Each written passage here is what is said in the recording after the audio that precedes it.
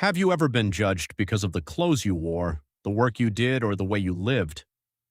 Sometimes the person everyone looks down on is the very person they will one day wish they had respected. This is the story of Amara, a brilliant young girl who attended one of the most prestigious schools in the city. But unlike her classmates, Amara didn't arrive at school with expensive handbags, designer shoes, or a chauffeur waiting outside the gate. Instead, every morning she carried a small basket filled with snacks. Her classmates laughed at her. They called her poor. They mocked her for selling food at school. But none of them knew the truth.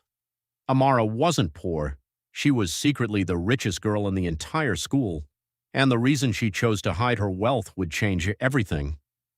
The morning bell rang at Royal Heritage Academy. Students stepped out of expensive cars, laughing and showing off their new phones. Then Amara walked through the school gate.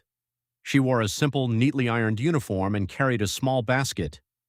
Inside were homemade meat pies, chin-chin, cakes, and fruit juice. She quietly walked toward the classroom. Before she could sit down, a voice came from behind her. "Look who's here." Everyone turned. It was Vanessa, one of the most popular girls in the school. Vanessa looked at the basket and laughed. "Amara, are you seriously still selling food?" The classroom erupted in laughter. Amara lowered her eyes. "Yes." Vanessa shook her head. "Don't you have parents?" Another student laughed. "Maybe her parents can't afford to feed her." More laughter followed. Amara said nothing. She simply opened her bag and began arranging her books, but inside she was hurt, deeply hurt. During break time, Amara quietly walked around the school selling her snacks. Some students bought from her, others laughed. "How much is this?" 20 shillings. 20? You should give it to me for free." Amara smiled politely. "I have to make a profit." Vanessa suddenly appeared. "Profit?" She laughed. "Listen to her. She thinks she's a businesswoman." Her friends surrounded Amara. One of them picked up a packet of chin-chin. "How much?" 50. The girl dropped it on the ground. "Too expensive for poor people's food." The group laughed. Amara bent down and picked it up. She didn't argue. She didn't insult them. She simply walked away.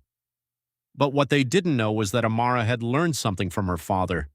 Never allow another person's ignorance to determine your value. That evening, Amara returned home. But unlike what her classmates imagined, she didn't walk into a small rented room.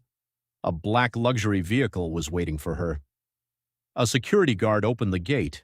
Amara walked into a magnificent mansion surrounded by beautiful gardens. Her father was waiting inside. His name was Mr. Daniel Okoro, one of the most successful businessmen in the country. His company owned hotels, shopping centers, farms, and technology businesses. "Welcome home, princess," he said. Amara smiled. "Hello, Dad." Her father looked at the basket. "How was business today?" Amara sighed. "Not very good." He immediately noticed the sadness in her eyes. "What happened?" Amara told him everything. Her father listened quietly. Then he said something she would never forget. "Amara, wealth is not measured by what people see." She looked at him. "Then why do I have to hide who we are?" Her father smiled. "Because I want you to discover who you are without money speaking for you." He continued. "If everyone knows you're rich, some people will become your friends because of your money." Amara nodded. "So you want me to know who truly respects me?" "Exactly." The next morning, Amara returned to school. She continued selling. But something had changed. She wasn't embarrassed anymore. Instead, she began treating her little business seriously. She calculated her costs. She tracked her sales. She saved her profits. Soon, other students began buying from her regularly. Her snacks became the most popular food during break time. One teacher noticed. "Amara, who taught you business?" "My father." "What does he do?" Amara smiled. "Business." The teacher laughed. "Maybe one day you'll become a great businesswoman too." Amara smiled. She knew she already had everything she needed. One Friday morning, the principal made an announcement. The school would hold a young entrepreneurs competition. Students were asked to create businesses and present their ideas to a panel of successful investors. The winner would receive a large cash prize and a scholarship. Vanessa immediately decided to participate. Her father owned several businesses. She believed winning would be easy. She walked around telling everyone, "I'm going to win this competition." When she heard Amara was participating too, she laughed. "You?" Amara nodded. "Yes." Vanessa smiled sarcastically. "What are you going to present? Your basket?" Everyone laughed. Amara didn't respond. She simply walked away. The day of the competition finally arrived. Students dressed beautifully. Parents filled the school auditorium. One by one, the students presented their business ideas. Vanessa went first. She presented a luxury fashion business. Her presentation was impressive. Everyone applauded.